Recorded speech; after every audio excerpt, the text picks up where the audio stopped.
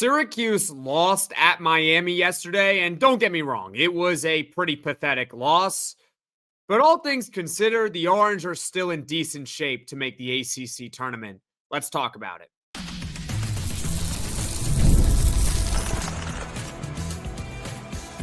You are Locked On Syracuse, your daily podcast on the Syracuse Orange. Part of the Locked On Podcast Network, your team every day. Hello, everyone, and welcome into Locked On Syracuse. I'm Jackson Holzer, and thank you for making us your first listen of every single day here on the Locked On Podcast Network. It is your team every day, and we are free and available wherever you get your podcasts. And on today's show, we're going to talk about the future outlook for Syracuse basketball, the critical games for the Orange down the stretch. But first, we are going to talk about Syracuse basketball and where they sit in the ACC at the time of this recording, which is on February 12th at 4:39 p.m. Eastern. So, Syracuse basketball last night, they lose to Miami 91-84, and it was a pathetic performance. Truly one of the worst performances you will ever see from Syracuse basketball when you factor in that Miami came into the game as a one-win ACC team. That's it. And Syracuse basketball decided not to play any defense, and they actually lost to Miami. So right now, the Orange are currently 11-14 overall and 5-9 in the ACC. And 5-9 in the ACC is really where you need to pay attention, because that's ultimately what separates making the ACC tournament, missing the ACC tournament, and your seeding within the conference tournament. It's all about your conference record. So now the question becomes, will Syracuse basketball make the ACC tournament? And I asked this question on a poll Friday last week, but I figured after Syracuse lost to Miami, we can re-talk about this discussion. For those that don't know, because of the ACC expanding to 18 teams this season and for the foreseeable future with Cal, Stanford, and SMU, 15 of the 18 will get to play in the ACC tournament. That means that there are 3 schools that will not play in postseason play this season and for the foreseeable future, of course. The broadcast last night made it seem like Syracuse basketball really needed to win the game in order to make the conference tournament, which it could very well be the case. If Syracuse basketball does end up missing the conference tournament, we could look back on the season and say, if they just beat Miami, they're in. But in all reality, the win certainly would have helped Syracuse get in. But they are actually in a pretty decent spot to make the ACC tournament. Hip, hip, hooray, right? I mean, congratulations. You're on track to make the ACC tournament. Not like this season has gone well anyway. And here's why. It's because somehow, some way, there are 4 teams in the conference that have a worse conference record than Syracuse basketball. Again, hard to imagine, but it's true. 2 of those teams have actually beaten Syracuse this season, oddly enough. But the teams on the outside looking in are Boston College, NC State, and of course the Miami Hurricanes. Each of those squads have just 2 conference wins. Syracuse has 5 conference wins. Also, Notre Dame is right below Syracuse at 4-8 in conference play. Here's why last night really was not good for Syracuse basketball. It was an opportunity for the Orange to vault up the ACC standings. I'm not joking. Had Syracuse basketball won last night against the worst team in the ACC, Syracuse basketball would have climbed to 9th in the conference. Temporarily, it could have changed depending on the outcomes that we see tonight, right? But they would have been temporarily 9th in the conference. And the reason why that is so important is because if you are in the top 9 in the ACC standings at the end of the season, you get a first-round bye. If you're in the top 4, which Syracuse basketball cannot get into the top 4, but if you're in the top 4, then you get a double bye in the ACC tournament. The way it works is the first round, the 10 seed plays the 15 seed, the 11 seed plays the 14 seed, and the 12 seed plays the 13 seed. It's a bracket. And if you're top 4, once again, you get that double bye. If you're in the top 9, so if your seeds 5 through 9, you get just a single bye. If Syracuse basketball gets into the top 9, then they would have only had to win 4 games in 4 days to make the NCAA tournament, which, look, they're not going to win the ACC. They are not going to go on this miracle run. But what else do we really have to cheer for, right? It's kind of that logic. What else is there to really cheer for? What else is there to really play for? Well, if they could have salvaged the season, I guess, in some regard, getting a top 9 spot in the ACC would have been, I don't know if it would have been satisfactory to you all. It wouldn't have been necessarily to me, but it would have salvaged it and made the path in the ACC tournament just a little bit more easier. Now, it is super duper unlikely that Syracuse basketball gets a top 9 spot in the ACC tournament if they even make it. They're in good spot. They're in decent shape to make it, but being a decent seed, no, they are not in good shape in that regard. They got 6 games left. And here are the 6 games. They got North Carolina at home this Saturday, at Pitt next Tuesday, NC State on February 26th, at Virginia Tech on March 1st, at SMU on March 4th, and Virginia on March 8th. I think the best case scenario is that Syracuse basketball wins 2 of those games, and that would put the Orange at 7 ACC wins for the season. 7 wins in the conference is not going to be good enough to finish top 9. Hence why losing to Miami really stinks. Because if you, let's say, again, best case scenario, you win 2 of the final 6 games and you also beat Miami, well, now you're at 8 conference wins. Would 8 have been enough? I'm not sure, but it's possible. And at the very least, they would have had that extra conference win. So maybe they're the 10 seed instead of the 12 seed. So they would have had an easier path to winning 5 games in 5 days. It was a massive missed opportunity for Syracuse basketball last night. They could have temporarily put themselves in the top 9. They could have at least given themselves that extra win for getting into the conference tournament. But instead, they decide to lose. And also, that Cal win that I told you all about, that Cal win was really, really important because I think we all knew deep down that that stretch between Boston College at home and Miami on the road, that Syracuse basketball was not going to go 2-0. That's why beating Cal on the road was so important, because could you imagine had they lost that Cal game and now they're at 4 conference wins? Oof.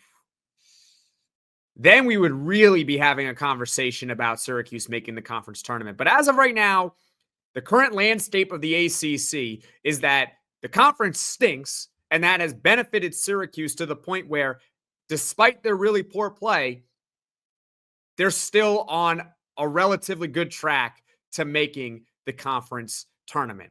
Now, coming up, we'll talk about some of the critical games remaining on Syracuse's schedule. So stick with me here on Locked On Syracuse.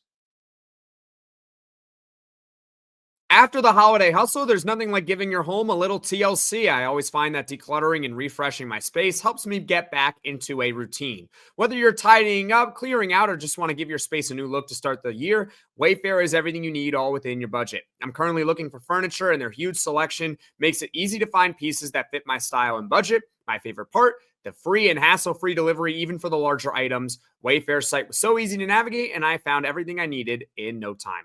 There's something for every style and every home, no matter your space or budget. Give your home the refresh it needs with WayFair. Head to wayfair.com right now. That's WayFair.com. WayFair. Every style, every home. And this is Locked On Syracuse. And folks, if you enjoy this podcast, be sure to hit that subscribe button. It's completely free, and it allows the channel to grow and reach all Syracuse Orange fans. Now let's get back to the conversation where Syracuse basketball sits in the ACC and the critical games for the Orange down the stretch. Now, in the previous segment, I told you all that despite the pathetic loss to Miami last night, and boy, it was pathetic. Syracuse basketball played absolutely no defense. That Syracuse is still in a decent spot to make the ACC tournament. They have 5 conference wins. I know it's hard to believe, but it's true, and they are better right now in the standings than 4 teams. Kind of sad, but that's the reality. But despite what I told you, by no means is it a guarantee that Syracuse makes the conference tournament. It's not a guarantee, especially with what we have seen from the Orange this season. And there are 2 games that stick out to me above the rest as far as the importance level for Syracuse to make the conference tournament. The first one is NC State on February 26th. NC State at the time of this recording is 2-10 in conference play this season. Obviously not very good. Worse than Syracuse, right? Now they play at home tonight on Wednesday at 7 o'clock against Louisville. So they're either going to be 2-10 or 2-11, 2-11 or 3-10 by the end of the evening on Wednesday, February 12th. And for the sake of Syracuse basketball making the conference tournament, we want Louisville to beat NC State. We really do, because if NC State manages to pull off an upset, these are some of the following games the Wolfpack have on their schedule. Ready? Boston College at home, at Georgia Tech, at Miami, and oh, by the way, they play Syracuse, right? On February 26th, it's in Syracuse. I think it's realistic that NC State, in that 4-game stretch that I just told you, at Syracuse, at Georgia Tech, at Miami, Boston College at home, that the Wolfpack go 3-1 or 2-2. It's also on the table that the Wolfpack run the table in those games. They could very well go 4-0 for all we know. But if Syracuse basketball manages to beat NC State, not only will they own the head-to-head tiebreaker over the Wolfpack in the event that the 2 teams tie, but it would also give Syracuse basketball 6 conference wins, which very well could be enough to put the Orange in the top 15 in the conference. Not only that, I mentioned the tiebreaker, right? Let's say Syracuse basketball, their only remaining win is against NC State. That's it, right? That's the only one they get out of their final 6. Well, if they do beat NC State, that means in order for the Wolfpack to surpass Syracuse, they would need to get to 7 conference wins, which I don't see happening if they don't beat Syracuse. I don't see it for the Wolfpack. Could be wrong, but I don't see it. So it's unlikely that NC State would finish with 7 conference wins and Syracuse would finish 6th when NC State loses, or if NC State loses to Syracuse. Now, on the flip side, if the Wolfpack beats Syracuse, they can simply match. They can match the Orange in their win total. And if the 2 tie and they're both somehow in the conference tournament, they would have a higher seed than the Orange. And guess what? If they're both tied for that 15 seed, NC State would get in, Syracuse would be left out because they lost that head-to-head game against NC State. So that one is super duper important for Syracuse to get. If they beat NC State, get to 6 conference wins, have that tiebreaker over them, they're probably in. That's probably all they got to do, to be honest with you all. But the second one is Virginia at home on March 8th. The good news is that, before I talk about Virginia a little bit, the good news is that the 2 most important games remaining for Syracuse are both at home. You got NC State at home on February 26th. You got Virginia at home on March 8th. That's the final game of the regular season. So I guess you got dome advantage, right? Virginia is currently 5-8 in the conference, and they don't play until Saturday. So that record will hold true for, well, until Saturday, of course. Now, Virginia, they have a very difficult schedule coming up. Here are some of their games. They got at Virginia Tech. So that's a road game against a not really good team, but still on the road. You got Duke at home. That's a loss. You got at North Carolina, probably a loss. At Wake Forest, probably a loss. Clemson at home, probably a loss. Florida State at home. I guess Virginia could beat Florida State at home. And then, of course, they got Syracuse to end the regular season as well. It's on the table that Virginia loses every single game up until they play Syracuse. And there is also an outside chance that Syracuse, Virginia, that final game of the regular season, it could decide who makes the conference tournament and who misses the conference tournament. That could happen. So that game is also super important. To me, I think it's unlikely, possible, but unlikely that Syracuse basketball is eliminated before that game against Virginia. So it could very well be the last chance for Syracuse basketball to at least salvage something of this season, which is making the ACC tournament. So those are the two most important games. Both are at home. Both are winnable. NC State and Virginia. Leave your thoughts on that in the comments section below. What do you think Syracuse basketball needs to do to make the conference tournament? Because coming up, we're going to shift gears and talk about the future outlook for Syracuse basketball. So stick with me here on Locked On Syracuse. I'm Jackson Holzer, and thank you for making Locked On Syracuse your first listen of every single day. We are free and available wherever you get your podcast. Let's talk about the future outlook for Syracuse basketball. Now, barring a sudden change to this season, good or bad, the odds are that Syracuse basketball will make the ACC tournament, but lose early. That's the way it's tracking right now. So if things stay at this pace, Syracuse basketball needs to strongly consider some major changes this offseason. Now, they already made one major change, and it happened last offseason. They hired a general manager by the name of Alex Klein. He is the first general manager in Syracuse history, and a lot of programs are now hiring GMs because it's a new day and age in college basketball. With the transfer portal and the NIL and the recruiting, you need a general manager now. It's starting to become more and more like professional sports. The only thing that they're really missing is trades. They just don't have trades. That's about it. Alex Klein, to me, he deserves zero fault for this season.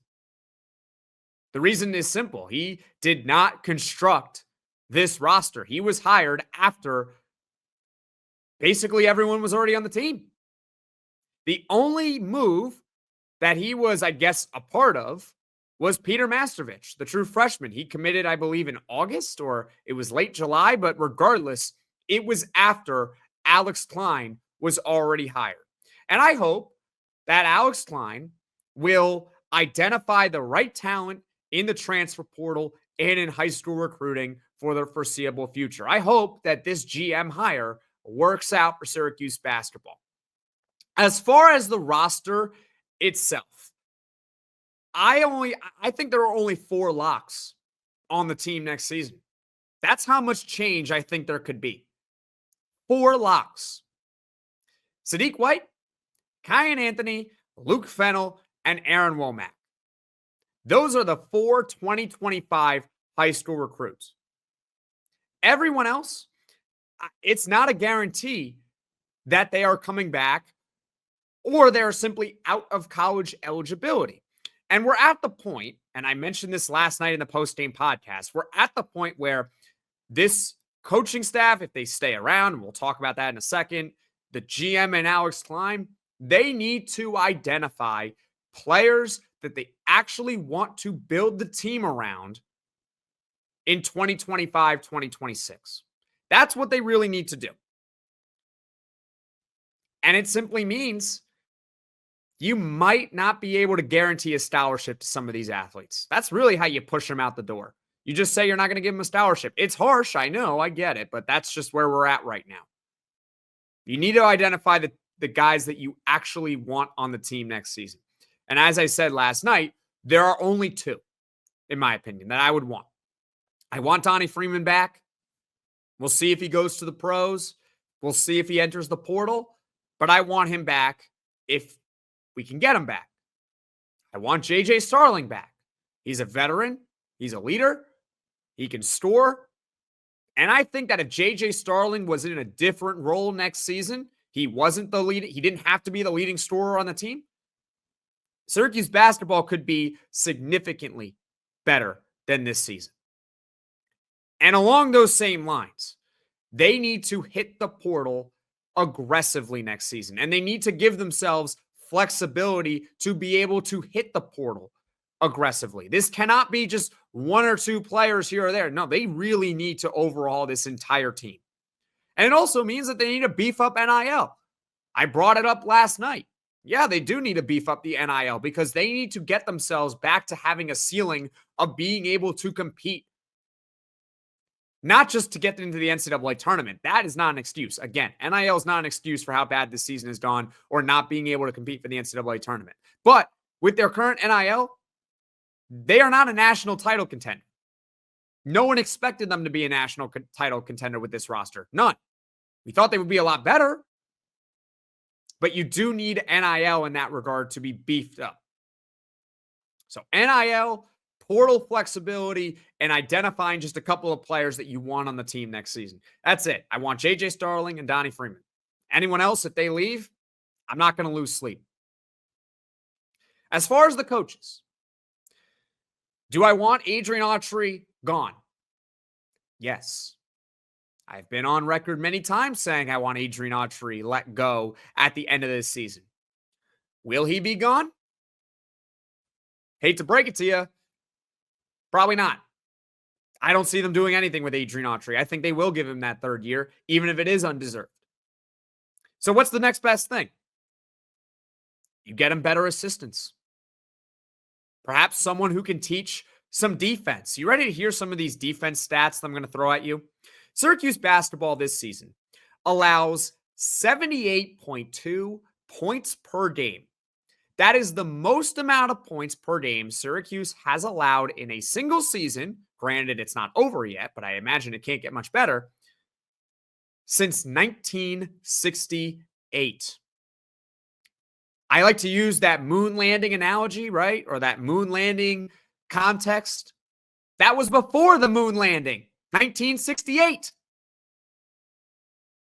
That's how long it's been since Syracuse basketball had this bad of a defense. Last season, Syracuse basketball allowed 75.6 points per game. That is the most since 1989 for Syracuse basketball. But in 1989, you know what's funny about that team? They had 6 future NBA players on the team. They had guys like Sherman Douglas and Derek Coleman on that team.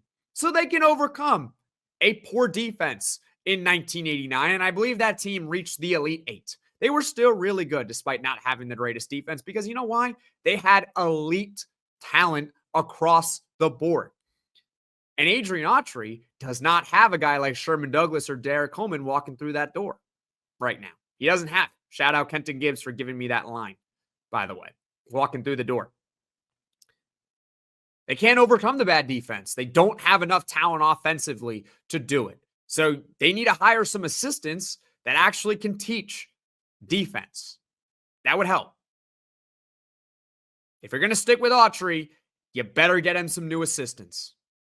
Uncomfortable conversations are going to have to be had because that's where we're at right now in Syracuse basketball season. But you know what? You could prove me wrong and win out the rest of the year. That would be pretty cool.